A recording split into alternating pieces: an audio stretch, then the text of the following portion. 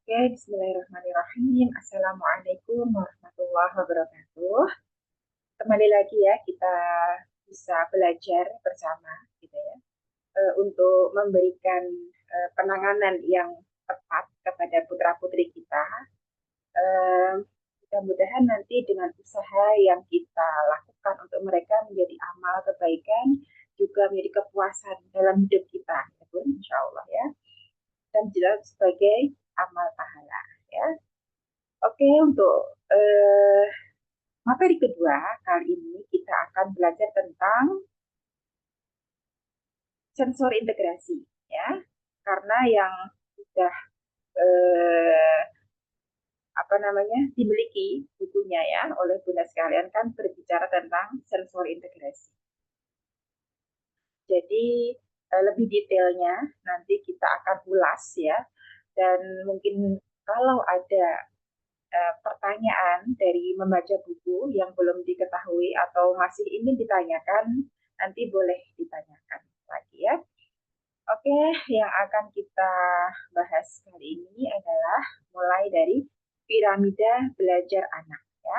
Karena ini merupakan fondasi dasar seperti yang sudah saya jelaskan sebelumnya, sehingga perlu kita pahami ya. Oke, yang kemarin sudah paham ya Bun mengenai penjelasan bahwa tahapan anak tumbuh kembang anak itu ada beberapa tahapan dan kemarin sudah kita bahas ya untuk sekilas ya, sekilas tentang tahapannya ya.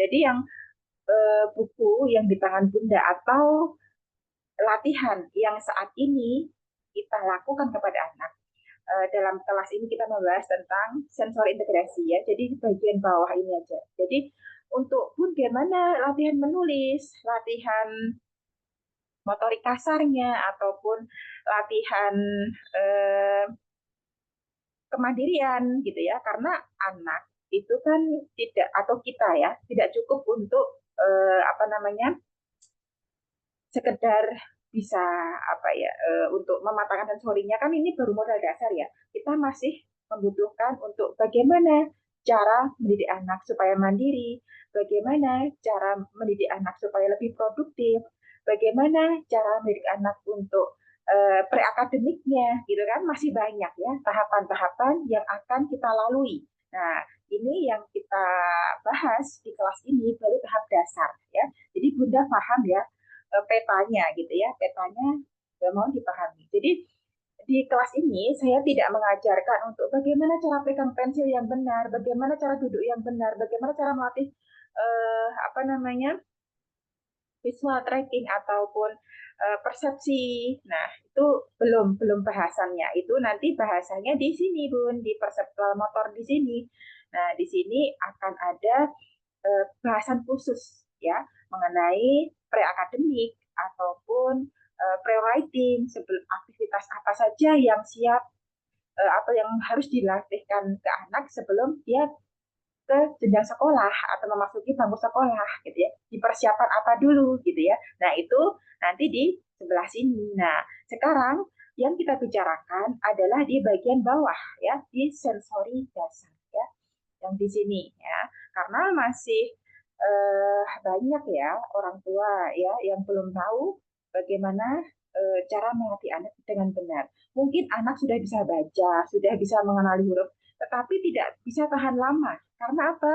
Karena bagian dasarnya atau sensori dasarnya masih belum kuat, fondasinya masih belum kuat, sehingga perlu dimatangkan dulu untuk anak itu supaya lebih tahan lama ketika dia belajar, mudah fokus, mudah paham, mau interaksi, kooperatif ketika di sekolah. Nah, itu perlu diperbaiki. Meskipun nanti eh, apa namanya perkembangan anak itu berbeda-beda pun, anak saya setelah latihan kemarin itu sudah langsung bisa mau ikutin instruksi di sekolahnya, instruksi gurunya, sudah mau gabung. Nah, itu berarti tahapannya dia sudah mulai kelihatan untuk tahapan yang lain. Jadi mulai terperbaiki sehingga yang lain-lain pun juga akan terperbaiki.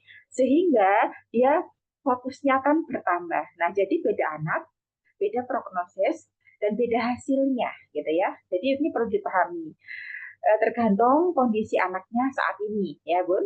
Nah, kalau anaknya saat ini masih sangat membutuhkan stimulasi banget, istilahnya dia masih dasar ya, masih di usia apa namanya usia mentalnya masih di bawah 1 tahun ya, meskipun usia kronologisnya anak usia 4 tahun tapi kok masih seperti anak 1 tahun nggak paham apa-apa. Nah berarti itu tahapan yang harus dia lalui banyak gitu ya, beda ya antara anak satu dengan anak yang lain. Mudah ini bisa dipahami ya Bu. Nanti kalau ada setor tugas, Bun ini anak saya kok belum bisa-bisa ya, sedangkan anak lain baru dilatihnya aja sudah pinter, sudah diberikan latihan beberapa saja, baru beberapa hari sudah bisa fokusnya udah baik, komunikasinya sudah mulai lancar. Kok anakku belum ya Bun?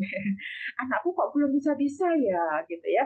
Nah ini berarti eh, maka aset limitasi yang kemarin saya jelaskan ya, aset limitasi yang dimiliki anak itu juga perlu dilihat supaya nanti startnya kan berbeda ya Bun. Start kita apa namanya anak itu mulai latihan kan berbeda. Apa namanya modal dasarnya yang dimiliki masing-masing anak kan juga berbeda. Sehingga hasilnya pun juga nanti bervariasi gitu ya. Nah ini mohon dipahami gitu ya.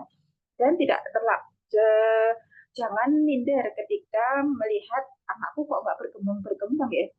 Anakku kok nggak kelihatan progresnya ya. Nah, bukan nggak kelihatan, belum, belum kelihatan. Berarti latihannya perlu ditambah lagi gitu. Ya, untuk apa namanya, yang setor tugas baru beberapa ya. Yang lainnya masih belum. Monggo silahkan.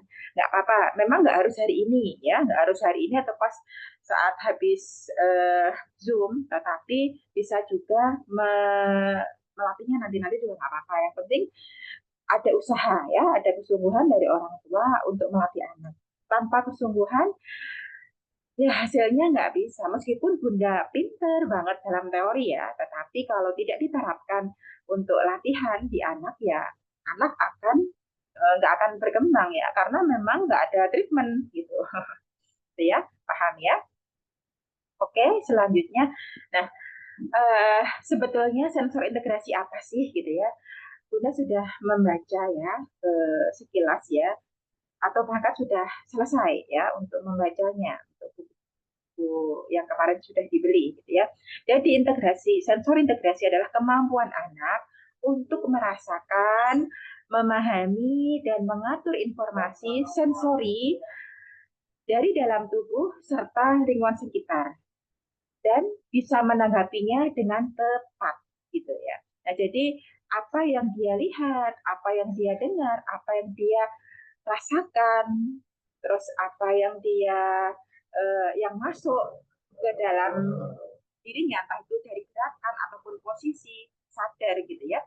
Nah, dia sadar, aware dengan sensori atau rangsangan yang masuk gitu ya. Dan dia bisa memahaminya, bisa mengolah ya, bisa mengolah. Kan nanti ada tahapan ya, tahapan untuk perjalanan dari sebuah rangsangan sampai dia ditanggapi gitu ya. Bagaimana prosesnya nanti kita pelajari satu per satu. Jadi yang tepat ya. Jadi ketika dipanggil dia bisa bilang dia bisa menjawab apa atau ada apa gitu ya. Iya Bu gitu. Nah, itu berarti tanggapan yang tepat. Tanggapan yang tidak tepat bagaimana? Ya ketika dia dipanggil ya dia cuek dan nggak nggak mau noleh gitu ya. Meskipun yang anak yang dipanggil dan tidak mau noleh tidak semuanya mengalami gangguan sensori gitu ya. Nah ini perlu dilihat lagi. Nah, integrasi sensori juga tercermin dalam perkembangan ya, pembelajaran dan perasaan anak tentang dirinya sendiri. Jadi anak itu paham, aware dengan dirinya sendiri juga dengan lingkungan sekitar. Nah, jadi respon yang dimunculkan itu nanti akan tepat gitu ya. Nah, perjalanan integrasi sensori dalam tubuh layaknya polisi yang sedang mengatur lalu lintas. Jika terjadi masalah sensori, artinya terjadi kemacetan ya dalam penyaluran impuls atau informasi ke otak, dari otak ataupun ke otak gitu ya. Nah, jadi ibarat eh, lalu lintas itu mengalami kemacetan atau terjadi traffic jam ya, kemacetan eh, di situ kalau bisa di jalan ya, kalau di tubuh kita ya, jadi apa yang dilihat itu nggak bisa diproses di otak, itu nggak bisa diproses, akhirnya macet di situ, informasi nggak bisa ditanggapi. Dan terkadang anak tantrum atau dia dilampiaskan dengan menyakiti dirinya, self abuse gitu ya, entah itu menggigit menggigit jarinya gitu ya, atau membenturkan kepala ke dinding, ke tembok, ke lantai. Nah, itu semua adalah ungkapan dia mengalami kebingungan ya Bun, karena harusnya dia pengen menanggapi tapi nggak bisa. Jadi itu bukan apa ya istilahnya itu, hmm, bukan sebetulnya bukan kemauan anak, cuma anak itu sampai mengalami kebingungan yang sangat karena nggak bisa mengolah informasi yang masuk untuk ditanggapi. Itu dia kesulitan gitu ya, sehingga akhirnya yang ada kadang dia menggigit orang lain ataupun menggigit dirinya sendiri ataupun menyakiti dirinya sendiri dalam bentuk apapun gitu ya. Nah, jadi perlu kita bantu ya, anak-anak itu perlu kita bantu, apalagi sampai ya kalau sudah seperti itu kan biasanya untuk melatih kemandiriannya, melatih agar anak lebih produktif itu sulit gitu ya. Jadi ada hendaya ya yang bisa mengganggu dalam aktivitas keseharian si anak gitu ya. Maka perlu kita latih, kita urai ya, kita urai satu-satu pelan-pelan gitu ya, kemacetan yang ada di otaknya. Jadi saluran saraf ya, sel saraf yang harusnya diterima otak, terus bisa diolah dan ditanggapi dengan baik dan benar gitu ya, dengan tepat gitu, itu bisa dieksekusi dengan baik gitu ya oleh anak, itu bisa ditanggapi dengan benar gitu tanpa harus kebingungan. Nah, yang terjadi pada anak-anak dengan gangguan sensori itu seperti itu ya Bun, mengalami kemacetan. Paham ya di sini ya, lanjut ya. Nah, proses integrasi sensori ada beberapa tahapan ya, dari registrasi input sensori. Jadi apa yang kita lihat, yang kita dengar, nah itu menjadi rangsangan datang, entah itu melalui panca indera kita ataupun melalui gerakan yang kita rasakan. Nah, itu termasuk, ataupun termasuk juga rasa ingin pipis, rasa ingin BAB, rasa lapar, rasa ingin marah. Nah, itu juga termasuk input sensori gitu ya. Nah, tergantung kita menanggapinya seperti apa gitu. Nah, itu jadi dari registrasi sensori. Ya, terus selanjutnya, nah ini ada penjelasannya ya. Nanti kita bahas satu persatu. Ini tahapan ya Bun. Setelah masuk, terus diorientasi oleh otak kita. Otak mulai mengenali, oh ini suara ibuku, gitu ya contohnya. Oh yang aku lihat itu uh, sebuah bola. Nah itu otak itu bisa mengidentifikasi benda atau apa yang masuk ke dalam tubuh kita, gitu ya, seperti itu. Terus diinterpretasi, interpretasi itu diterjemahkan, aku harus bagaimana ya, menanggapinya seperti apa ya, gitu ya. Terus mengorganisasi, jadi di organisasi apa yang harus aku gerakkan ini. Aku mendekat, tanganku meraih, atau aku berjalan ke sana. Nah, jadi di organisasi anggota geraknya dari otak itu semua yang mengatur gitu ya. Nah, kalau ada gangguan motorik kan tentu kesulitan mau menggerakkan tangan ke sini kan nggak bisa karena dia ada gangguan gitu ya di otaknya. Nah, terus dieksekusi, ditindaklanjuti gitu ya. Nah, itu proses perjalanan eh, sensori atau rangsangan ya yang masuk ke tubuh.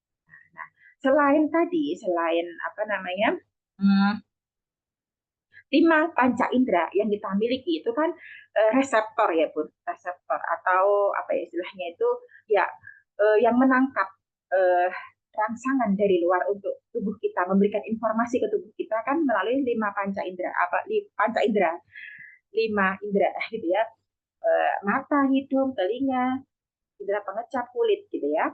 Nah, selain itu ada juga Bun, ada juga ditambah dua lagi. Kalau taktil ini nanti masuknya ke indera peraba, kulit gitu ya. Nah, vestibular dan proprioseptif ya. Nah, vestibular itu mendeteksi gerakan gitu ya. Wah, aku bergerak kemana ya gitu. Aku mau bergerak ke arah situ atau aku tubuhku bergerak ke miring kanan atau miring kiri ya. Nah, itu yang bisa mendeteksi tubuh kita bergerak. Itu adalah vestibular dan dia mengatur keseimbangan. Jadi nanti fungsi dari sistem vestibular ini ada banyak ya Bun, tidak hanya sekedar mengatur keseimbangan saja, tetapi juga termasuk mengatur tonus otot, mengatur emosi dan lain sebagainya. Ya, terus taktil ini untuk mendeteksi apa di bagian kulit kita ya. Jadi indera peraba kita lah gampangnya gitu ya. Nah, terus proprioseptif ini kita tahu posisi kita di antara bumi dengan langit, dengan uh, dengan lingkungan sekitar. Misalkan Bunda berada di sebuah gedung gitu ya, sebuah gedung tuh di pojok, kan kita tahu ya posisi kita itu oh di sebelah sini, oh sebelah sini kita bisa mendeteksi ya, bisa mendeteksi keberadaan diri kita dan posisi kita sedang apa gitu ya, sedang jongkok, berbaring, berdiri. Nah, itu yang mendeteksi adalah proprioseptif. Jadi ini sangat mendasar ya, Bun. Nah, coba bayangkan kalau anak hal-hal mendasar seperti ini saja, dia sulit untuk memahami. Aku posisinya berdiri kah, tengkurap atau jongkok? Nah, dia nggak paham. Posisi itu tuh dia nggak paham. Apalagi disuruh mikir yang lain, gitu ya. Apalagi disuruh menulis macam-macam. Nah, tentu dia akan kesulitan banget. Dia harus aware dulu, harus sadar diri dulu ya, sadar dengan dirinya dulu. Oh, aku tuh merasakan yang aku rasakan tuh menggenggam, melepas. Oh, ini namanya menggenggam. Nah, itu harus aware dulu. Kalau tidak aware ya dia akan sulit untuk melakukan aktivitas yang lebih kompleks lagi gitu. Paham ya, Bun? Nah, sekarang sedikit kita akan mengenal sensori vestibular ya. Nah, tadi kan sekilas ya. Nah, kita sedikit lebih dalam ya, sedikit lebih dalam. Nah, jadi vestibular merupakan bagian dari sensori integrasi primer, sensori primer ya. Jadi bagian dasar banget. Nah, ketika anak atau bayi dilahirkan gitu ya, bayi dilahirkan itu kan apa namanya memutar ya Bun, memutar untuk bisa keluar dari jalan lahir itu kan kepalanya memutar gitu ya. Nah, memutar sendiri itu memberikan stimulus untuk sensori vestibularnya. Nah, sehingga ketika anak dilahirkan secara sesar gitu ya, yang artinya dia tidak melalui memutar kepalanya melalui jalan lahir. Nah, berarti kemungkinan ada potensi si anak itu untuk mengalami gangguan sensori. Tetapi ada tapinya ya.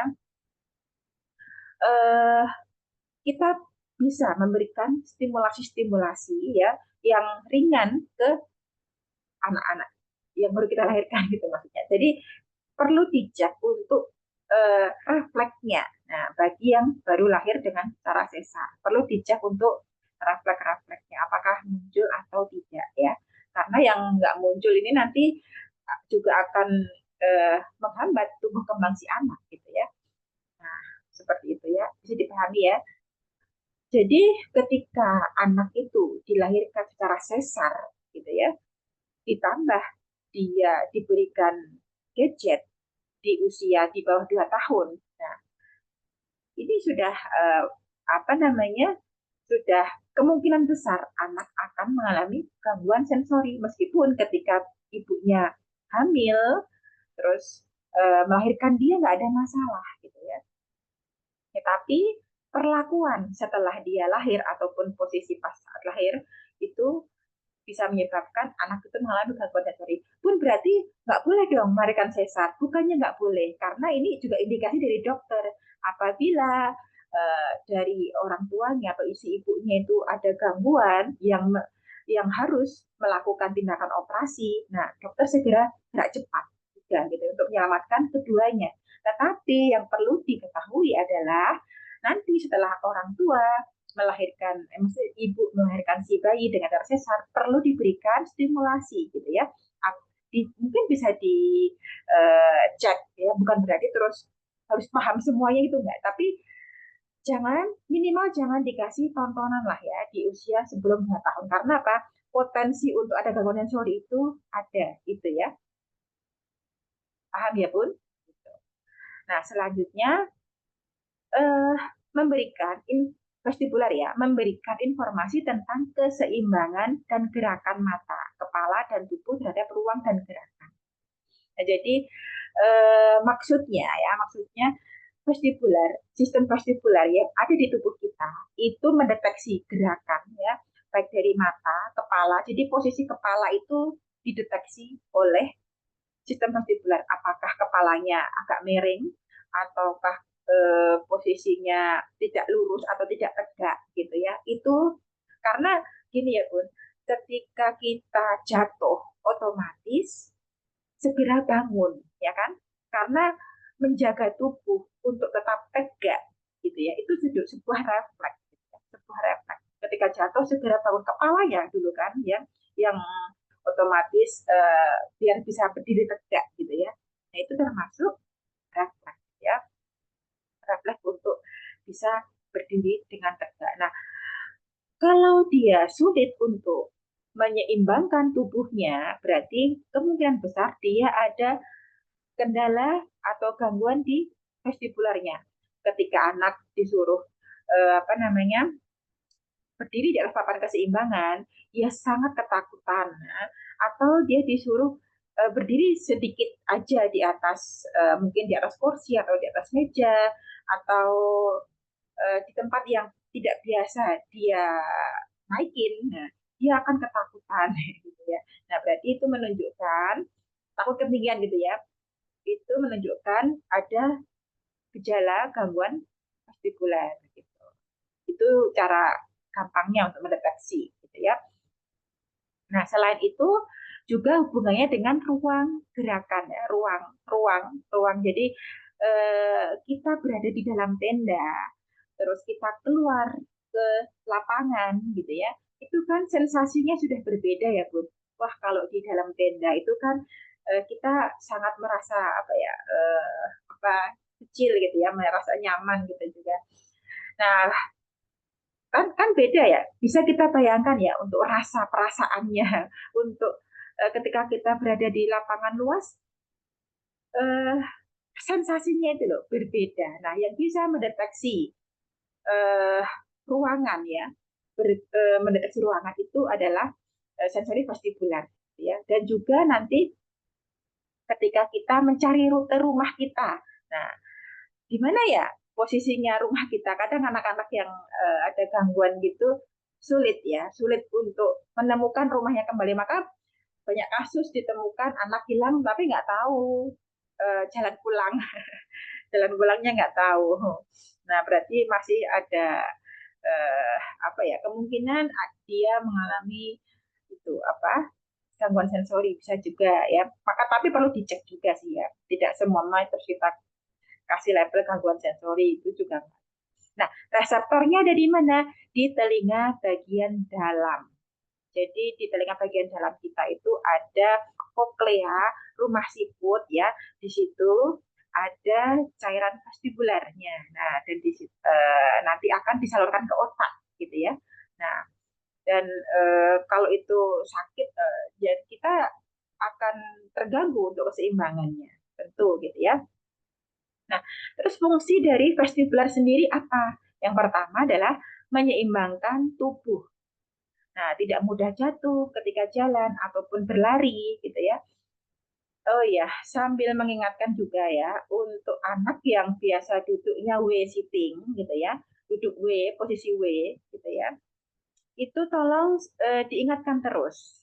Karena itu akan mempengaruhi pola jalan dan dia akan sulit untuk menyeimbangkan ketika berlari. Jadi mudah jatuh gitu ya. Nah, karena selain vestibularnya juga bermasalah, kakinya atau anatomi kakinya jadi berubah. Jadi bentuknya nanti kalau jalan kayak huruf X gitu.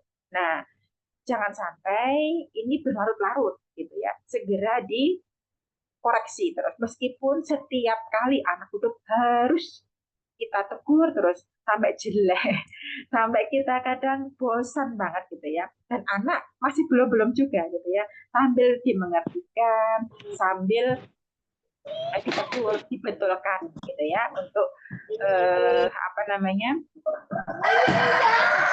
nah, gitu ya.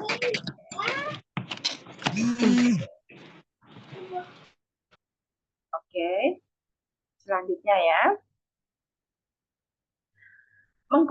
mengkoordinasikan dua sisi tubuh. Nah, jadi ketika kita melakukan gerakan yang membutuhkan koordinasi antara kanan dan kiri, itu juga fungsi dari vestibular. Jadi ketika kita temui anak kok sulit ya untuk uh, me, apa namanya, memindah bola dari sisi kanan ke sisi kiri, dia cenderungnya lupa-lupa terus atau tidak bisa. Nah, berarti dia kemungkinan masih ada gangguan untuk sensori vestibular. Nah, terus mempertahankan diri ketika terjatuh. Nah, seperti sudah saya apa namanya jelaskan tadi gitu ya. Terus menstabilkan visual field. Jadi luas pandang. Jadi anak itu nggak sering nabrak. Karena anak-anak dengan gangguan vestibular itu biasanya eh, cara pandangnya itu atau apa namanya luas pandang. Luas pandangnya itu cuma searah gitu ya. Jadi tidak bisa arah sana. Maksudnya untuk sekelilingnya dia nggak sadar gitu loh. Dia nggak paham. Jadi eh, gampang jatuh. Nah, kadang pernah ya dijumpai anak ini dikit-dikit jatuh. Karena apa? Dia nggak aware dengan sekelilingnya. Selain nggak aware, dia juga nggak melihat gitu ya, nggak melihat sekitarnya gitu ya. Yang dia lihat cuma lurus aja ke depan. Gitu. Nah, nanti mungkin bisa dicek kembali untuk anak-anaknya apakah seperti itu apa enggak ya. Oh ya, sekarang saya tambahkan. Jadi untuk vestibular ini juga mengatur tonus otot gitu ya. Jadi tonus otot itu kelenturan, bukan kelenturan apa ya? Ini kadang coba nanti Bunda cek untuk otot, terutama di bagian lengannya anak, apakah dia lembek, teksturnya, konturnya ya, lembek atau kencang gitu ya. Nah biasanya di bagian kalau anak mengalami kelemahan otot, biasanya dia juga ada gangguan vestibular karena vestibular ini juga mempengaruhi tonus otot ya. Kayak clumsy, anaknya itu malas bergerak gitu ya. Ataupun anaknya terlalu hiperaktif. Nah, hiperaktif ini pun juga ada gangguan vestibular. Yang malas bergerak pun juga ada gangguan vestibular. Tergantung thresholdnya. Threshold itu ambang pekanya. Nah, maka nanti ada dua apa tipe. Kan ada 3 tipe gitu ya. Dia yang suka mencari sensori atau sensory seeking gitu ya, dia suka mencari mencari rangsangan gitu ya.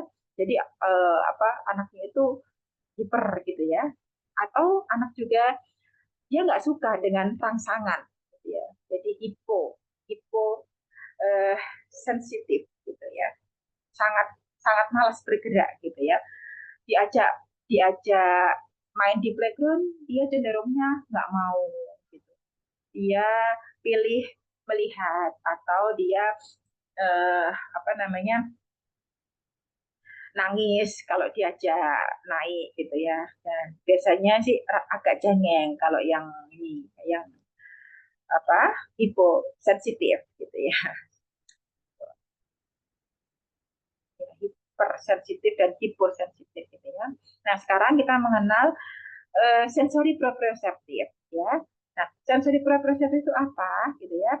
Nah jadi eh, menggunakan informasi yang tidak disadari dari otot dan sendi untuk memberikan kesadaran posisi tubuh kita. Nah, seperti yang sudah saya katakan tadi bahwa sensori proprioseptif ini mendeteksi tubuh kita, posisi tubuh kita, gitu ya. Dan reseptornya ada di bagian sendi, otot, ligamen, dan jaringan. Nah, eh, proprioceptif ini sebetulnya hampir-hampir sama ya dengan apa namanya vestibular karena sama-sama sistem sensori dasar gitu ya. Jadi ketika kita melatih proprioceptif biasanya untuk vestibular taktilnya pun juga akan ikut terperbaiki ya. Karena kerja tubuh itu tidak bisa dipisah-pisah ya Bun. Jadi mereka akan selalu berkaitan terus gitu ya. Hierarki. Cuman kita bisa lebih memfokuskan ya untuk dietnya ya, untuk sensory dietnya gitu. Nah, untuk pengaruh proprioceptif ya dalam tubuh kita apa? Body awareness atau kesadaran tubuh kita. Jadi anak itu sadar dengan tubuh dia, mana tangan, kaki, kepala, lutut. Nah, dia paham harusnya. Apalagi sudah di usia 4 tahun ya. Mana tangan, mana kaki, tangan kanan, tangan kiri, jari jempol, jari telunjuk, dia harus paham dengan kondisi tubuhnya. Itu di awal. Belum lagi nanti dia eh, apa namanya bisa mengintegrasikan ya. Jadi cara dia berpikir gitu ya, oh aku harus begini, oh aku harus bergerak begini, harus bergerak begini. Nah itu sudah masuknya nanti ke motor planning gitu ya. Nah yang kedua ini motor kontrol dan motor planning. Jadi kalau anak masih ada gangguan sensori, tentu dia akan kesulitan untuk bergerak gitu ya. Contohnya ketika ayo kita naik perosotan yuk gitu ya. Anak itu kadang nangis duluan gitu ya. Ada yang nangis duluan.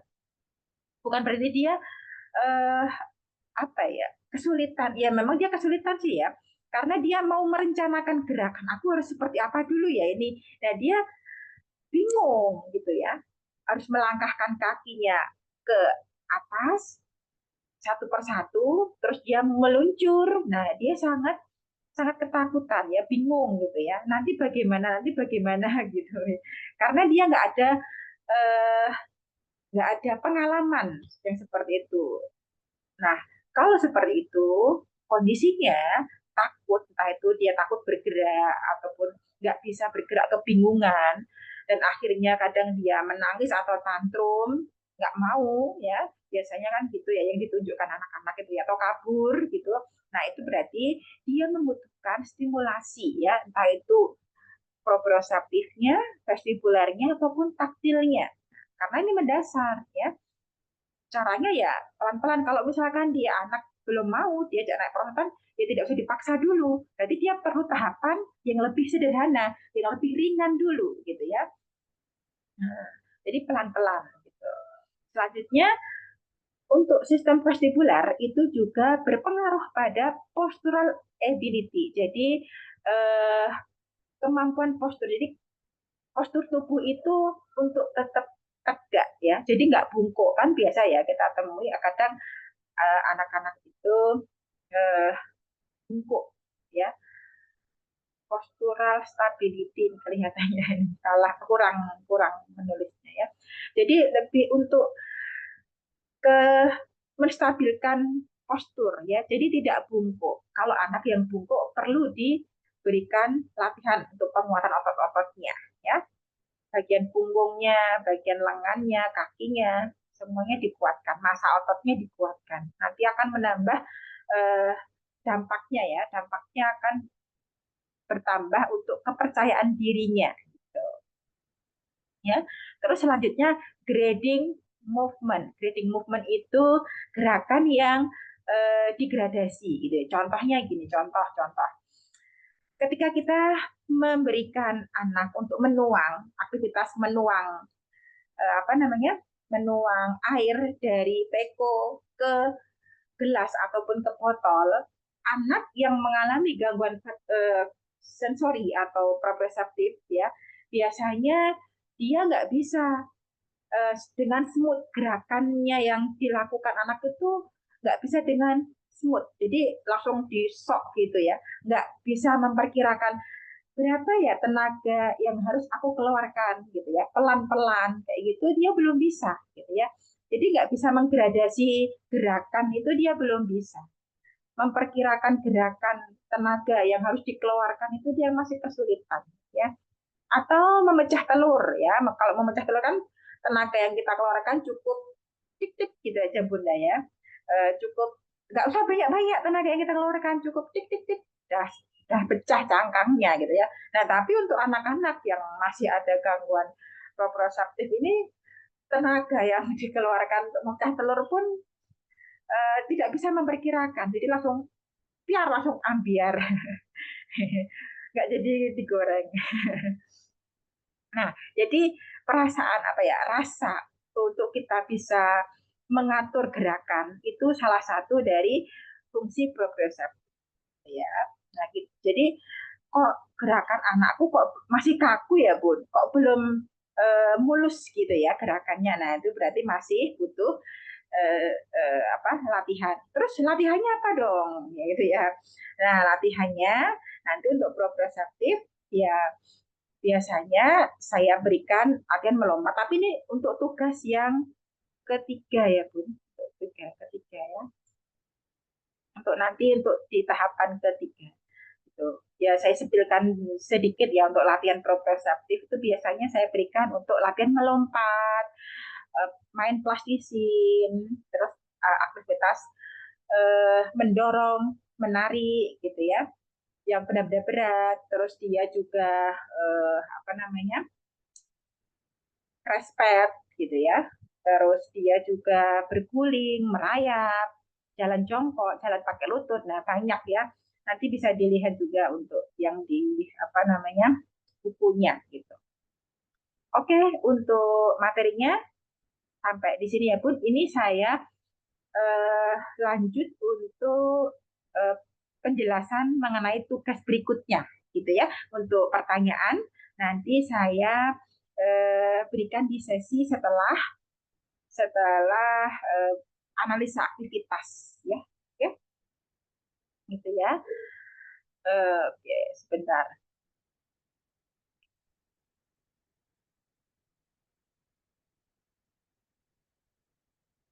Ini yang datang ada 14 orang, gitu ya. Nah ya, oke nggak apa-apa, alhamdulillah ya. Nah, ini adalah tugas yang nanti akan kita lakukan ya, karena masih tahap untuk sensori vestibular gitu ya, vestibularnya masih gitu. Nanti eh, yang pertama tugasnya adalah naik ayunan ya, naik ayunan, hanya saja ayunannya nanti agak berbeda sedikit ya. Berbedanya di mana? Nah, anak itu nanti disuruh tengkurap ya, disuruh tengkurap, lalu memasukkan bola dari sini ke sini ya.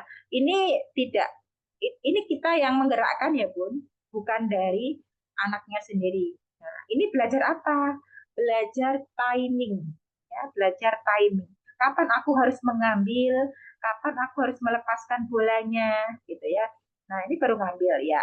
Nah, jadi tidak sembarangan, dia harus, anak harus paham. Nah, nanti untuk generalisasi dari aktivitas atau dari kegiatan ini biasanya anak mudah paham gitu ya, anak akan mudah paham.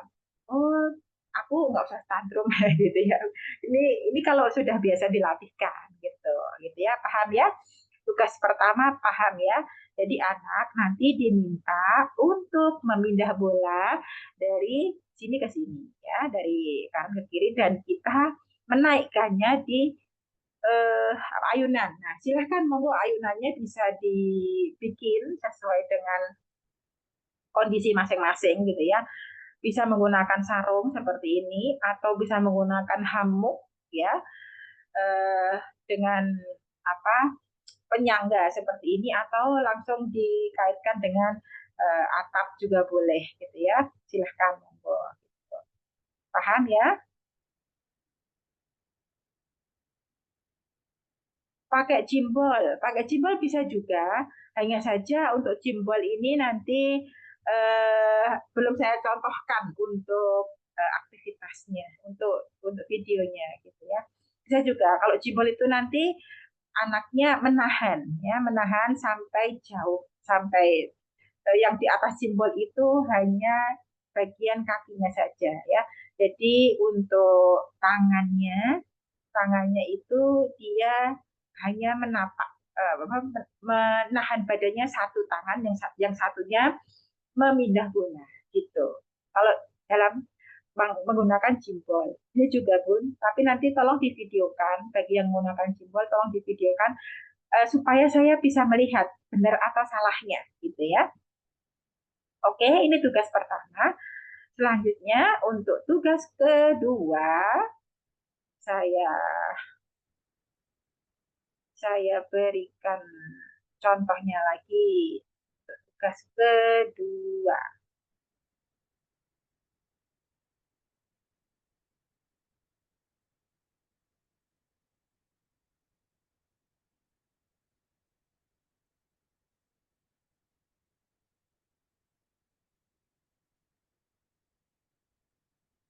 Nah, tugas kedua adalah bermain badminton statis. Ya, seperti ini ya. Nah, ini bahkan boleh boleh kalau anak belum paham gitu ya. Anak belum paham boleh dibantu 100% dari orang tuanya. Full bantuan nggak ada masalah ya. Nah, jadi karena ini kita mau mencontohkan anak-anak belajar timing. Dan ini eh, otak akan terus berusaha untuk alert, waspada, ya itu yang kita inginkan, gitu ya. Jadi otak itu terus berpikir, gitu ya, menyambungkan sel-sel sarafnya supaya eh, tujuannya itu tercapai, gitu. Sampai dia selesai aktivitasnya, bisa dihitung sampai 10, ya. Misalkan anak bosan baru satu kali dua kali sudah nangis sampai 10 ya, pelan-pelan aja nggak apa-apa. Dibantu, kalau anak belum bisa dibantu ya. Satu, dua, tiga gitu. Nah, seperti itu ya, Bun. Nah, seperti ini ayahnya. Eh, Awalnya mungkin anak nggak aware bisa juga ya, nggak paham atau dia cuma sekedar ngikutin ayahnya aja. Tapi nanti dia lama-lama melihat ya, karena semakin dia merasakan gerakan, juga dia mulai bisa dan input sensorinya itu udah mulai masuk gitu ya, entah itu dari visualnya, dari pendengarannya gitu ya, ataupun dari gerakan yang dia lakukan bersama ayahnya gitu ya Bun. Nanti bisa dihitung sampai 10, kalaupun masih mau lagi boleh sampai 10 lagi. Jadi hitungan 10 itu hanya sekedar batasan saja gitu ya, tidak menjadi apa ya harus 10, kalau nggak 10 enggak gitu ya. Ya silahkan monggo untuk bunda sekalian tahu kondisi anak ya. Jadi kalau udah 10 artinya udah selesai gitu. Gitu ya Bun, itu yang untuk tugas yang ke kedua ya. Nah, sekarang untuk tugas yang ketiga ya.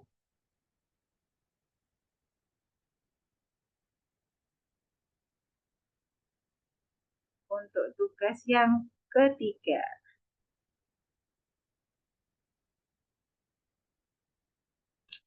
untuk tugas yang ketiga.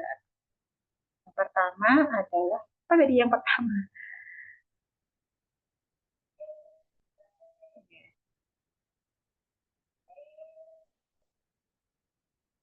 Nah, kita baru loading. Ya.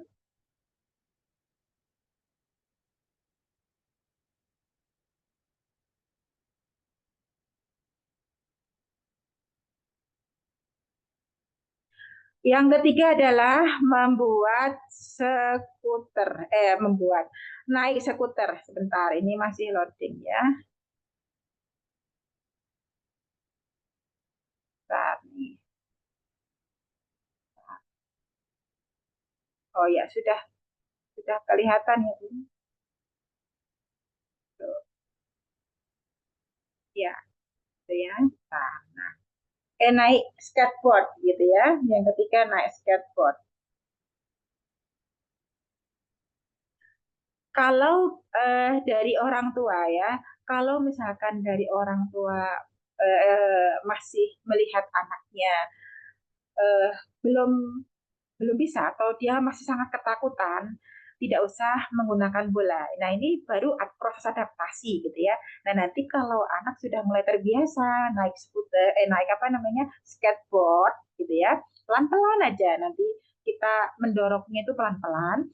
Nah, nanti bisa diminta juga untuk memindah bola. Mungkin tidak usah banyak-banyak, 5 bola aja sudah cukup gitu ya. Atau bahkan kurang dari itu karena tahap awal. Anak biar menyesuaikan dulu. Ini akan memunculkan awareness, alertness kepada si anak ya, untuk awareness untuk anak sendiri gitu ya. Jadi dia nanti untuk kesehariannya anak itu cepat tanggap gitu ya, cepat ketika dipanggil tuh cepat nolehnya gitu. Itu apa namanya, dampak positifnya gitu ya.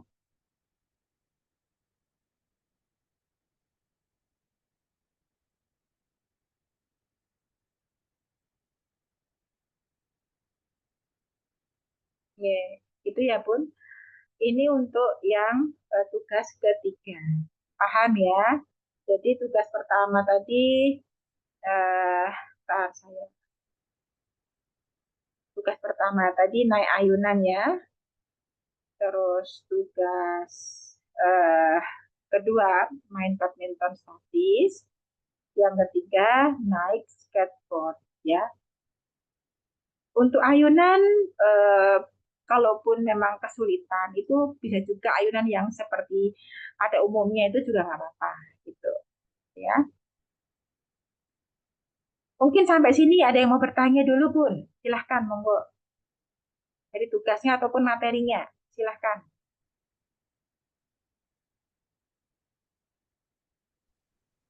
Ada yang mau bertanya? Izin Bu, saya bertanya Bu, Oh iya, silahkan. Bunda Afifah ya. Bunda Danis. Oh, Bunda Danis. Oh, silahkan. Ya, ya. Ya, ya. Assalamualaikum Bu. Ya, Waalaikumsalam warahmatullahi. Monggo, Jadi Bu, silakan. saya masih eh, untuk yang tugas kemarin itu masih sepertinya masih susah untuk diterapkan. Iya, yang mana, Bun? Anaknya Yang masih agak susah. Yang kemarin, maksudnya untuk yang jalan di atas papan titian itu masih takut anaknya. iya. Nah untuk tugas yang itu saja masih belum lancar. Hmm, Nah hmm, untuk pelaksanaan tugas yang hari ini, hmm, hmm. yang terutama yang skateboard itu mungkin apa nanti bisa nunggu lancar yang kemarin dulu tugas-tugas kemarin apa bisa harus dilakukan bisa dilakukan bersamaan begitu Bu? Iya, iya, iya. Ya, Sudah? makasih mungkin itu saja Bu. Oh iya, nih. Oke, nih saya jawab ya. Jadi misalkan nih Bunda melatih yang kemarin ya, yang naik papan titian ataupun tugas-tugas yang lain itu anak masih kesulitan. Ya, ini memang butuh proses gitu ya. Nggak apa-apa Bun, yang kemarin dulu nggak apa-apa. Karena satu aktivitas saja masih kesulitan gitu ya, apalagi nanti ditambah aktivitas yang lain. Nah, jadi di forum ini Bunda belajar dulu nggak apa-apa gitu ya. Jadi ibarat menimba ilmu dulu, terus nanti dicatat mungkin yang penting-penting, terus nanti sambil juga diterapkan satu persatu dari tugas-tugas yang sudah saya berikan, gitu ya. Nah, jadi tidak menuntut untuk semua setiap hari harus ada. Nah, itu enggak karena ya namanya kita ibu-ibu juga ya, ibu rumah tangga juga, apalagi tambah kegiatan yang lain ya. Ini cukup dimaklumi gitu ya, nggak ada masalah. Jadi untuk yang kemarin silahkan dilakukan pelan-pelan aja nggak apa-apa. Kan kita juga menyesuaikan dengan anaknya juga gitu ya. Kalau anak belum bisa, tentu untuk aktivitas yang lebih sulit lagi, dia juga akan merasa kesulitan gitu. Jadi nggak apa-apa, dikasih toleransi panjang gitu ya. Dan nanti silahkan Bunda bisa menyetorkan ya, memvideo meski barang 1 menit 2 menit gitu ya, minta tolong ataupun biasanya orang tua yang lain tuh kadang menyandarkan videonya gitu ya, HP-nya gitu, terus merekam aktivitas yang kita latihkan ke anak seperti itu. Nanti kan dari situ kan saya bisa memberikan masukan. Oh, nanti anaknya bisa digandeng ataupun bahkan dijalankan gitu ya kalau memang sulit. Memang di tahap awal gitu ya Bun, ini butuh sangat banyak perjuangan ya untuk melatih si anak ini. Dan dulu orang tua juga ada yang pernah eh, apa namanya melatih anak. Dia itu setiap kali anaknya diminta untuk jalan di atas papan titian, mesti anaknya ngeledat-ngeledat gitu loh. Anaknya pengennya jatuh aja gitu ya, pengennya nggak bisa tegak berdiri itu dia sulit gitu ya. Jadi cuman pengennya digandeng, bahkan nggak cuma digandeng, dipegangin badannya bahkan gitu ya, bahkan dijalankan juga gitu. Nah kalau yang seperti itu eh, papan titiannya nggak usah panjang-panjang. Papan titiannya cukup satu aja, 1 meter pun cukup gitu ya. Nah, dan memindah bolanya nggak usah banyak-banyak, 3 aja udah cukup gitu. Karena baru tahap awal. Nggak apa-apa, itu terus dilatihkan aja ya untuk papan titian, sambil juga nanti sesekali biar untuk menyelingi latihan, sambil juga nanti dikasih latihan yang lain. Mungkin dari tugas yang kedua ini seperti badminton statis, ya, itu boleh juga dilatihkan ya Bun. Jadi papan titian sama badminton statis. Nggak melulu harus sampai mandiri dulu jalan di atas papan titian gitu ya. Jadi dilatihkan terus semuanya.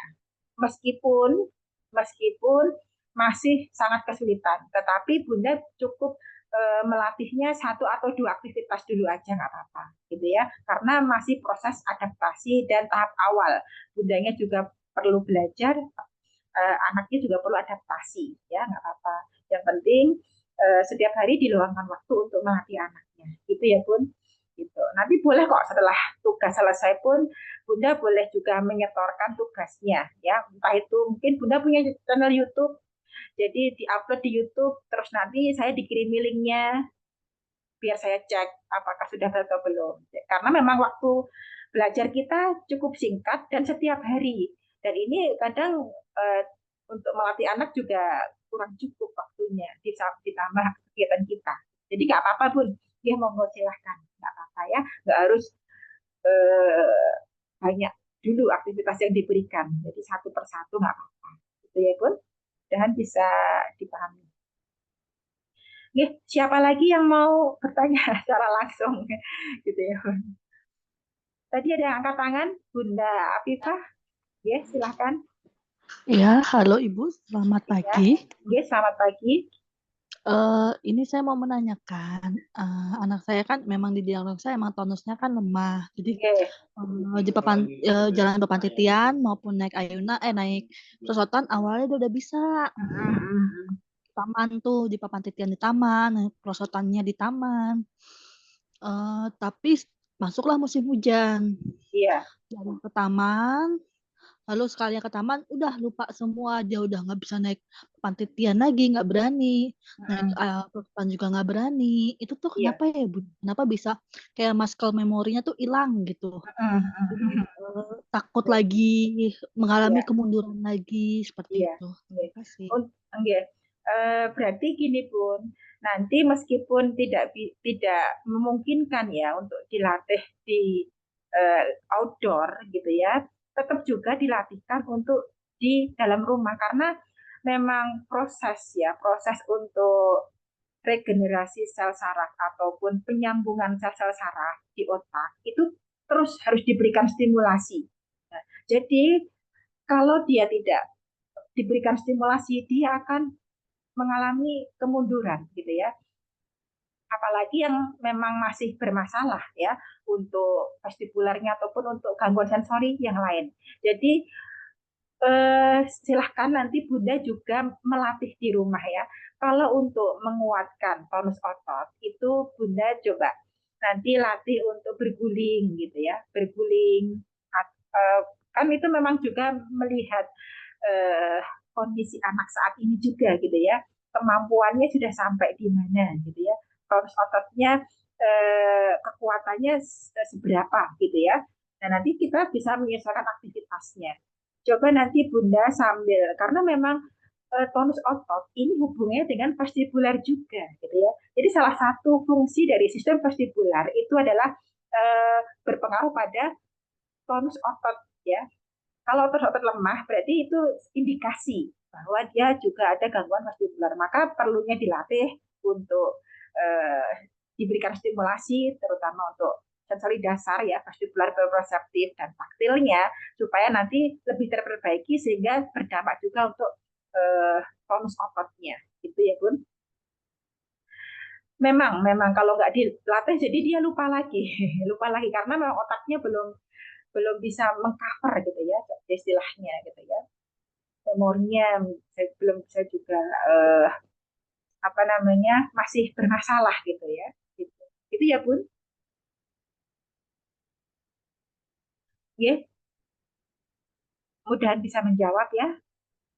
Nanti di rumah sambil dilatih untuk sering tengkurap, di jimbol boleh, terus di berjalan di papan titian juga boleh gitu ya. Jadi semua aktivitas yang saya latihkan tadi untuk stimulasi vestibular ya.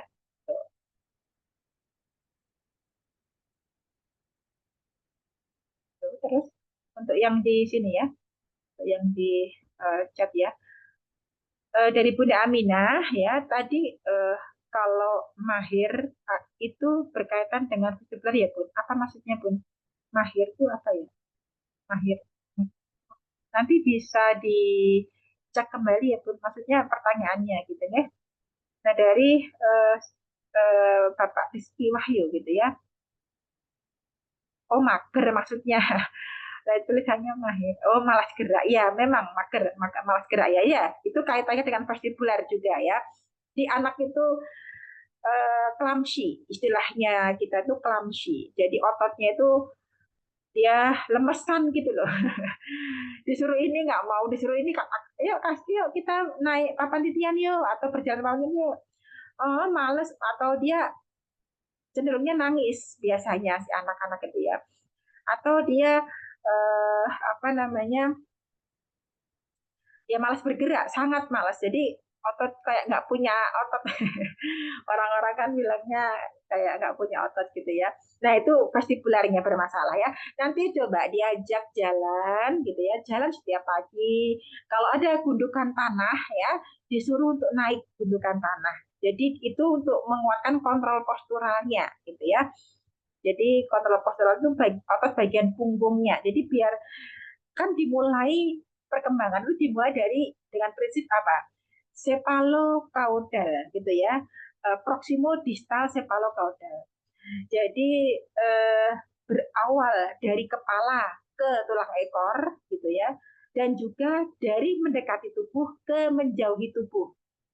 Kalau anak itu ada gangguan di bagian kontrol posturalnya, artinya otot bagian punggungnya dia bermasalah, tentu dia akan kesulitan untuk mengerjakan aktivitas-aktivitas yang lain karena ototnya nggak kuat gitu ya.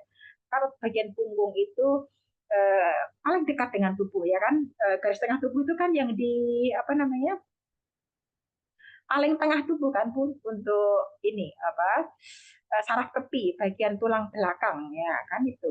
Jadi dari situ namanya mendekati tubuh ke menjauhi tubuh. Maka harus dilatihkan dulu kontrol posturalnya. Caranya gimana? Ya dia kalau di rumah biasa kita juga eh, naik di atas jimbol bisa juga. Jadi anak disuruh tengkurap di atas jimbol.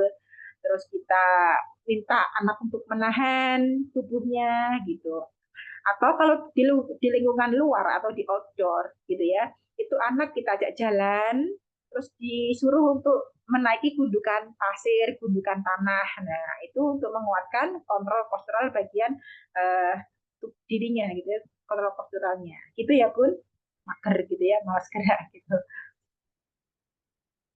Oke, terus saya lanjutkan ya untuk pertanyaannya ya dari Pak Rizky Wahyu gitu ya. Kalau skateboardnya, apakah boleh ganti keranjang Bu? Ya, kemarin keranjang sudah ya untuk mobil-mobilan gitu ya. Itu kan tahap yang sangat apa ya?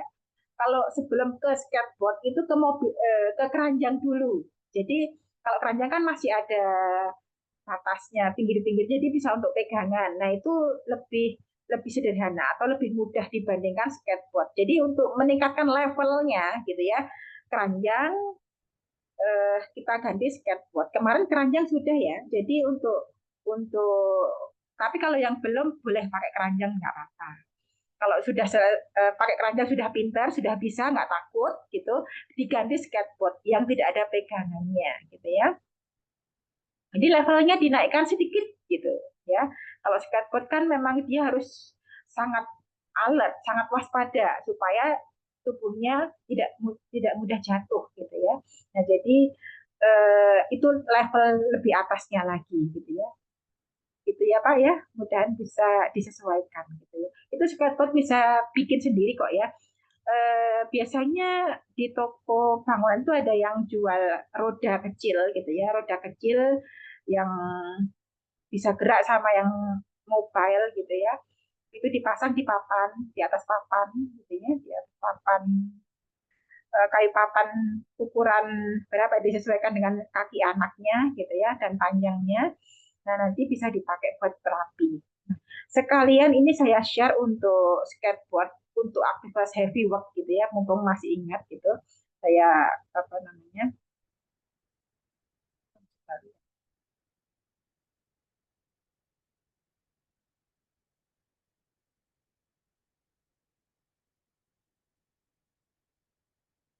Sudah terlihat ya untuk share screen-nya. Ya. Nah, ini pakai skateboard juga. Papan skateboard tapi lebih agak besar lagi. Nah, ini nanti untuk mendayung, tangannya untuk mendayung. Ini masuk dalam aktivitas heavy work gitu ya. Jadi anak nanti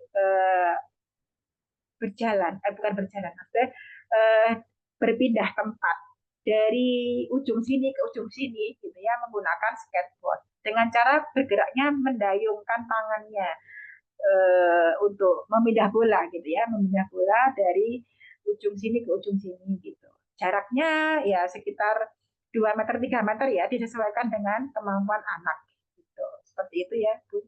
Nanti bisa dikondisikan ya. Ya, selanjutnya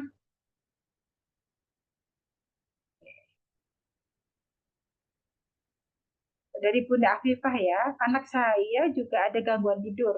Apakah bisa saya berikan obat tidur yang gami untuk sekali saja, Bu? Um, Kalau sebetulnya gangguan tidur ini dampak dari sistem sensori yang masih terganggu, gitu ya, Bun.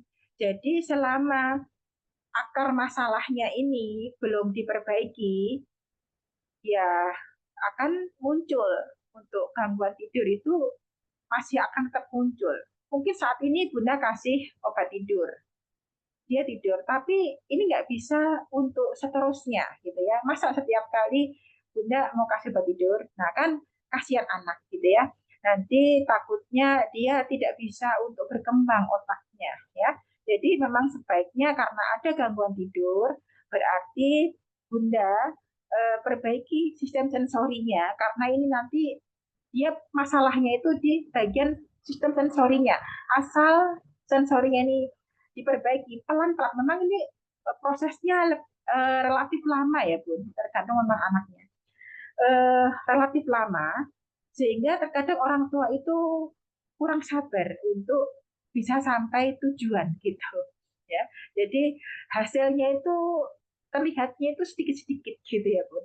Karena ini memang apa ya, tidak instan kayak kita eh, pilek minum obat sembuh, nggak yang seperti itu. Ini proses recovery-nya butuh waktu lama, maka masuknya di rehabilitasi. Kalau di rumah sakit kan ke rehab medik gitu kan ya, untuk polinya masuknya karena memang membutuhkan recovery yang lama, termasuk gangguan sensori, termasuk anak-anak yang didiagnosis autis, hiperaktif, speech delay, gejala speech delay, ataupun perkembangan terlambat, perkembangan lain gitu ya, masuknya nanti ke rehabilitasi lama butuh. Jadi kita yang sabar ya untuk melatihnya gitu ya.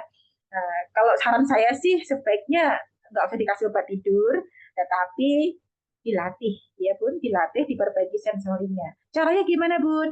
Yang seperti sudah saya utarakan tadi, dari tugas-tugas kemarin ditambah tugas ini semuanya untuk perbaikan sensori gitu ya.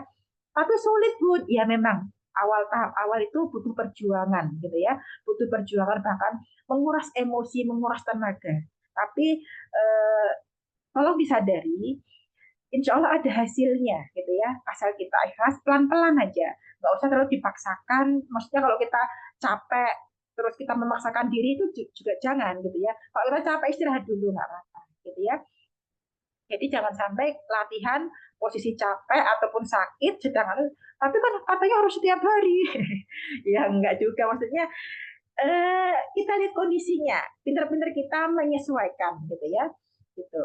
Itu ya Bun, dan bisa dipahami sambil didoakan ya. Ketika kita melatih, habis latihan itu kita doakan. Mudah-mudahan dilembutkan hatinya ya, dan diberikan ilmu yang bermanfaat. Oke, selanjutnya dari Bunda Aminah lagi ya. Oh ya, tadi sudah ya. Ya, kalau untuk mengatasi mager gitu ya, tetap harus diberikan stimulasi ya. Mau dikasih obat apapun, sepengetahuan saya nggak ada gitu ya. Harus dilatih. Kayak kita misalkan mau atlet kayak atlet-atlet dia pun, kalau dia mau sukses, mau ikut lomba dan juara, ya dia harus latihan. Gitu. Dan latihan kan nggak bisa sehari 2 hari.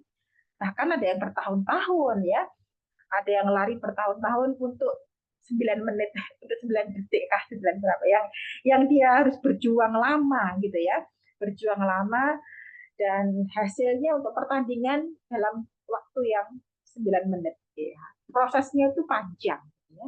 Nah, kalau Bunda melihat anakku sekarang udah bisa ini, udah bisa mandiri, udah bisa, kita lihat perjuangan ibunya itu mulai dari mana gitu ya, cara melatih anaknya. Kalaupun di klinik ya mungkin ya beda lagi ceritanya gitu ya. Tapi kan tidak bisa kita tergantung pada klinik ya. Tetap kita anak hidupnya dengan kita gitu ya. Kita harus bisa juga untuk melatihnya, menyikapinya gitu ya. Bagaimana supaya kita itu tidak mudah marah ya, biar lebih sabar lagi gitu. Ya, oke, selanjutnya dari Bunda Iza ya. Ibu dulu Nuh hiperaktif, tapi sekarang juga jadi males gerakannya, mau tidur-tidur aja ya. Ya ini memang harus diberikan stimulasi ya Bun. Jadi semua akar masalahnya itu adalah sistem sensori yang terganggu. Maka terkadang dokter itu memberikan diagnosis SPD gitu ya, sensory processing disorder gitu ya. Jadi proses sensori saraf itu bermasalah ya, yang dari indera ke otak itu bermasalah ya. Entah kan kalau kita eh, apa namanya, melihat, mendengar ataupun sensasi gerakan itu kan ditangkap oleh reseptor dulu ya Bu. Reseptor itu alat yang untuk menangkap sinyal atau rangsangan ya yang masuk ke tubuh kita, baru nanti disalurkan ke otak gitu ya. Di otak nanti kan diolah gitu ya, diolah, diproses. Ini tanggapannya mau seperti apa, terus bagaimana cara menanggapinya. Nah itu fungsi dari otak gitu ya. Nah ketika perjalanan saraf ya yang menghantarkan informasi, impuls gitu ya ke otak itu macet atau ruwet gitu ya. Bagaimana mau menanggapi dengan benar kalau informasi aja nggak diterima, nggak bisa diterima, dan gimana mau mengolahnya gitu ya. Maka perlu dibaikin dulu. Jadi, nah ketika si otak itu tidak bisa menanggapi atau tidak mendapatkan input sensori, otomatis dia tidak bisa berkembang ya. Jadi otaknya itu mulus-mulus, mulus-mulus aja. Karena gini, pernah saya baca gitu ya, semakin otak itu berlekuk-lekuk gitu ya, namanya berkonvulasi, berlekuk-lekuk, itu berarti semakin pinter orang yang punya otak itu gitu ya, karena memori yang disimpan itu semakin banyak gitu ya. Tetapi kalau otaknya mulus, maksudnya apa ya, nggak banyak lekukan-lekukan, berarti memang kurang berkembang atau tidak banyak informasi yang diterima. Artinya otak itu untuk bisa berkembang itu tidak mendapatkan asupan ya, asupan depan seperti yang sudah saya sebutkan kemarin ya, nutrisi otak itu ya sensory diet ini. Jadi aktivitas sensory diet itu untuk memberikan nutrisi ke otak. Jadi otak itu bukan hanya sekedar nutrisi bentuk makanan gitu ya, tapi rangsangan-rangsangan aktivitas-aktivitas yang membuat otak itu semakin berkembang, semakin menghubungkan antara sel satu dengan sel yang lain gitu. Itu berarti harus kita banyak untuk latihan, banyakin aktivitas untuk sensory dietnya gitu ya Bun. Gitu. Selanjutnya ya. Oke, oke. Ya, dari Mama Fatih. Fatih di usia 5 tahun lebih masih suka memasukkan benda-benda selain makanan ke mulutnya. Kayak batu, kertas, busa, itu gimana ya Bun? Ya, ini biasa sering dikeluhkan oleh orang tua yang punya anak dengan ASD, Autism Spectrum Disorder. Jadi ini salah satu gejala dari autisme gitu ya Bun. Nah ini namanya pika, picky eater. Ya, ini berarti masih fase oral gitu ya, apa-apa dimasukkan ke mulutnya. Jadi masih ada refleks-refleks primitif yang belum terintegrasi dengan baik, namanya fase fase bayi gitu ya, masih pada fase bayi. Nah, ini berarti cara matangkannya gimana? Cara mengintegrasikannya gimana? Cara melatihnya gimana gitu ya, Bu.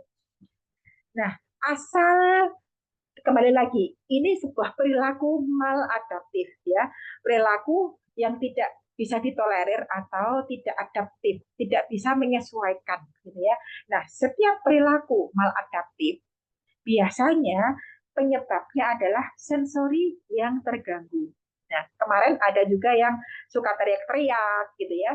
Terus ketika mendengar suara-suara keras, dia tutup telinga atau anaknya itu menunjukkan gejala-gejala lain seperti self abuse, menyakiti diri, tantrum, menggigit, macam-macam gitu ya. Nah, itu semua masuk ke perilaku maladaptif, termasuk picky eater ini gitu ya. Nah, karena itu suatu perilaku maladaptif, maka kembali lagi perbaikannya, perbaiki sensori dasarnya dulu ya. Nanti itu lama-lama akan menghilang dengan sendirinya, ya pun seperti itu. Ya jawaban saya ya. Mudah-mudahan bisa diterima. Memang semua bersumber akar masalahnya ya sama, sensori yang belum matang. Gitu. Akhirnya menunjukkan gejala tanda gejala yang beraneka ragam. Ya. Selanjutnya dari Bapak Rizky Wahyu. Oke, sudah ya. Terus dari Bunda Ijal lagi. Ibu, apakah semua latihan ini dilakukan setiap hari? Atau bisa pilih beberapa? Ya, silahkan untuk tahap awal dilatihkan semuanya dulu, gitu ya Bun. Yang kita kan nggak tahu mana yang anak bisa, mana yang dia belum bisa, gitu ya. Nah, kalau di antara aktivitas-aktivitas yang saya latihkan ini sudah bisa, maksudnya anak itu dengan mandiri tanpa harus diingatkan terus dia bisa mengerjakan sampai tuntas sendiri, berarti itu bisa dinaikkan levelnya atau diganti aktivitas yang lain yang lebih menantang atau ada challenge-nya biar nanti dia lebih pintar lagi gitu ya. Tetapi kalau dari aktivitas-aktivitas ini masih kesulitan, ya berarti harus dilatihkan dulu. Nah, cuman saya memberikan berbagai macam alternatif gitu ya, alternatif kalaupun itu dilatihkan semua itu lebih bagus ya, lebih baik karena anak banyak pengalaman ya. Intinya kan kita memberikan pengalaman sensori kepada anak gitu ya. Kalau dari aktivitas yang sudah saya berikan itu dilatihkan semua berarti anak punya banyak pengalaman, artinya dia insya Allah semakin baik ya untuk perkembangannya. Tetapi kalau banyak keterbatasan ya, tuh Bun ini ayunan aku nggak ada, terus skateboard aku juga nggak ada, banyak-banyak ya. Ya berarti boleh yang ada di rumah. Semua itu fungsinya sama untuk melatih vestibular ya, untuk stimulasi vestibular sama gitu ya. Silahkan mau dilatihkan semuanya bagus, lebih baik gitu ya. Kalaupun terbatas dengan alat ataupun terbatas dengan macam-macam gitu ya, boleh dipilih ya. dipilih yang sekiranya bisa dilakukan, gitu ya Bun. Dan itu konsisten tapi, gitu ya, jangan cuma sehari, 2 hari udah selesai. Oh anakku nggak bisa Bun, saya juga kesulitan, udah nggak usah latihan lagi ya nggak akan pernah bisa kalau gitu ya, harus dilatih. Memang istiqomah itu memang agak berat gitu ya, bukan agak berat, memang berat gitu ya. Ya jadi monggo silahkan nanti kesungguhan, tergantung kesungguhan dari orang tua, gitu ya Bun. Selanjutnya dari Bunda Danis ya, Ibu oh baru, oh iya, ya silahkan Bun. Oh sudah duhur ya, ini sini belum ya. Ya, selanjutnya dari Bunda Vindilia ya, Bunda bagaimana latihan untuk anak yang bergerak terus. Nah ini berarti hiperaktif ya. Dia masuknya threshold ambang pekanya itu rendah ya. Mungkin dia selain pengen bergerak terus, dia juga nggak takut bahaya gitu ya. Bahkan kalau jatuh sakit pun dia nggak nangis, maksudnya terluka berdarah gitu, dia kemungkinan juga nggak nangis gitu ya, atau nangis tapi sebentar gitu. Seakan-akan tuh nggak merasa, seakan-akan nggak merasa sakit gitu ya. Nah biasanya ini memang anak yang ambang thresholdnya atau ambang pekanya itu rendah gitu ya. Nah, jadi ini yang bermasalah adalah vestibularnya. Kembali lagi, sudah saya sampaikan tadi ya, baik itu anaknya sangat aktif atau hiperaktif, ataupun anak yang mager, malas gerak, itu pun yang bermasalah sama vestibularnya. Karena memang gangguan sensori ini tipe-tipenya ada 3. Ada yang dia eh, hiposensitif, hipersensitif, dan keduanya. Itu ada juga yang seperti itu. Jadi latihannya yang sama seperti yang sudah saya berikan tadi pun dicoba dulu untuk beberapa aktivitas. Apakah dia terburu-buru? Biasanya kan gitu, pengen cepat selesai atau bagaimana gitu ya. Nanti silahkan, kalaupun terburu-buru berarti kasih target yang rendah aja, mungkin 3, terus dikasih kalau udah selesai kasih apresiasi gitu ya. Hore, pintar, hebat gitu ya. Gitu. Tambah lagi latihan yang lain. Ditaruh di atas jempol seperti yang kemarin dilatihkan gitu ya Bun. Itu dulu ya, karena memang vestibularnya bermasalah, masih sama kayak yang mager gitu ya. Cuma beda tipe. Iya, jadi suka jalan terus, makan 1 sendok berjalan, makan lagi berjalan. Nah, sebetulnya dia bergerak itu eh, kayak kayak bukan dia sadari gitu loh Bun. Jadi memang nyamannya itu dia bergerak menyesuaikan dengan bumi berputar. Jadi memang seperti itu, karena gravitasi vestibular ini kaitannya dengan gravitasi juga, gravitasi bumi gitu ya, yang konstan. Itu penemunya metode sensor integrasi ini dari terapis okupasi juga, namanya Ayres gitu ya. Dan itu berpendapat bahwa memang vestibular ini dipengaruhi oleh gaya gravitasi bumi gitu ya. Dan anak yang ada gangguan vestibular itu biasanya dia nyamannya itu memang bergerak, nyaman dia itu bergerak gitu loh. Jadi ya dia cari nyaman, bergerak terus gitu. Ya, itu paling nyaman bagi dia gitu ya, bergerak terus gitu. Nah ini berarti kurang eh, apa ya? Memang perlu diberikan stimulasi biar tenang gitu ya. Vestibularnya dilatih gitu ya, vestibularnya, proprioseptifnya dan taktilnya. Insya Allah nanti akan membaik ya Bu. Oke, kalau diputar speaker Al-Quran terus-terusan apa boleh Bu? Stimulasi auditori terhadap malam. Sebaiknya enggak. Kalau speaker terus-terusan ya sesekali ya Bu, sesekali menggunakan mulut kita gitu ya, menggunakan kita ngajikan bareng ya, kita ngaji bareng sama anak. Jadi tidak melulu dari speaker, akan lebih bagus dari apa yang kita ucapkan dari ibunya gitu. Itu kan lebih bagus gitu ya. Meskipun itu berfungsi untuk auditori, tapi auditori ini cuma satu dari speaker aja. Padahal auditori kan kita mendengar, oh itu suara motor, oh itu suara blender itu suara kipas angin, itu suara daun kering, daun jatuh, itu ada suara ibu menggoreng telur. Nah, itu semua auditori, input auditori, gitu ya. Tidak melulu dari speaker, gitu ya. Meskipun yang kita baca, yang kita setel itu memang speaker yang untuk Al-Quran, tapi lebih baik kita bisa secara langsung, maksudnya ya, seperti itu ya, Bun. Tapi sesekali boleh, misalkan setiap pagi didengarkan murotal mungkin juz 30, habis itu nanti ngaji bareng atau dilatih untuk sistem auditori yang lain, mungkin kita memukul-mukul apa yang ada di rumah, mungkin uh, ember atau beda pukulan ya antara ember terus panci, itu kan beda. Nah, itu juga memberikan stimulasi juga untuk auditorinya ya. Itu ya, Bun. Selanjutnya, ini dari Bunda Afifah lagi ya. Bu, menyambung dengan susah tidur ini, apakah jika siang anak harus dibangunkan lalu stimulus dengan resiko rewel ya, luar biasa gitu ya, atau biarlah kenyang tidurnya, biarlah kenyang tidurnya, tahu-tahu udah sore aja, baru stimulus dengan dampaknya bisa diajar. Ya sampai dia tidurnya biar puas dulu tuh. Soalnya kalau tidurnya ini apa ya, dia baru enak-enak tidur diganggu pun kita juga akan marah gitu ya. Jadi biarkan dia ya, nanti bad mood, nah malah nggak bagus nanti ya.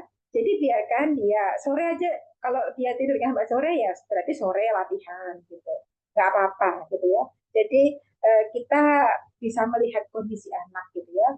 Nanti kalau kebiasaan dia kalau misalkan dibangunkan baru dia tidur dibangunkan, nah mesti dia nanti rewelnya luar biasa ya. Ya ya memang kalau kita pun juga baru enak-enak tidur dibangunkan suruh aktivitas kita pun juga akan marah-marah juga gitu ya. Jadi kita menyesuaikan ya pun untuk eh, kondisi anaknya. Nggak apa-apa, yang penting dia sudah kenyang tidurnya gitu ya.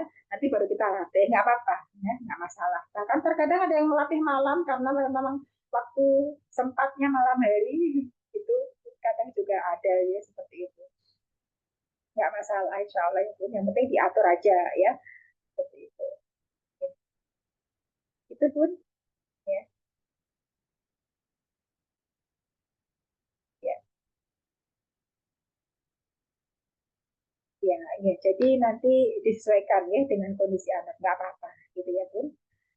Oke, mungkin untuk pertemuan kita di siang hari ini kita cukupkan sekian ya. Kalau tidak ada yang ditanyakan lagi, saya akhiri untuk Zoom kita di siang hari ini. Mudah-mudahan dari apa yang disampaikan tadi bisa dilaksanakan ya, pelan-pelan nggak apa-apa. Yang penting ada kesungguhan dari orang tua. Setiap hari dilatih gitu ya, secara intens, secara kontinu dan ikhlas ya, jangan sampai ini terlupa. Ikhlas ya, ikhlas karena Allah melatihnya supaya tercatat sebagai pahala di sisi Allah gitu ya. Oke, ya. Saya akhiri dengan pada alhamdulillah, alhamdulillahirabbil alamin, dan assalamualaikum warahmatullahi wabarakatuh.